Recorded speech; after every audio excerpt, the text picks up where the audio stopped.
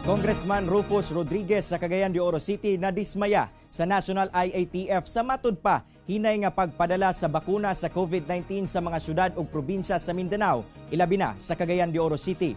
Ani ang report?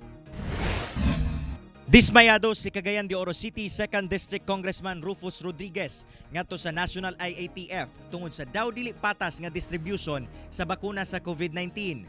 Panagsalaman kuno mapadad-an og bakuna ang mga probinsya ug syudad sa Mindanao, partikular na sa Cagayan de Oro City kung asa sige ang pagtaas sa new COVID-19 cases. Niadtong petsa 12 ug 20 sa bulan sa Mayo, gipadala sa kongresista ang iyang sulat sa National IATF tungod sa kalangan sa vaccination rollout sa syudad.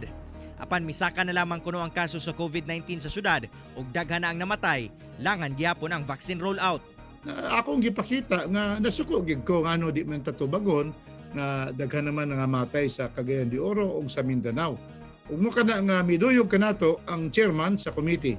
Uban sila sa complaint ngano nga wa pa man mga bot ang dugang nga vaccines nga kuan man ni battleground areas man ni on COVID-19.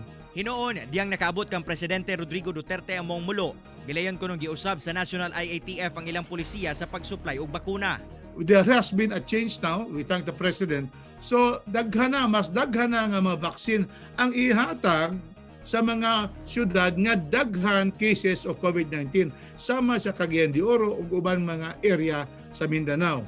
Niadtong adlawng Martes, 35,000 doses sa Pfizer ang miabot sa syudad nga gipang bakuna gilayon sa LGU. Alang sa Cagayan de Oro City LGU, buot nining mas mapaspasan ang vaccination sa syudad aron dali nga makabot ang herd immunity. Magsinabtanay lang ta kay ang ato man is we want to give protection to our people as many in a fast way and as many as possible, no? And we share the same mission. We have the same mission. Kauban si Makoy Sempron sa kamera. Ako, si Cyril Chavez para sa One Mindanao.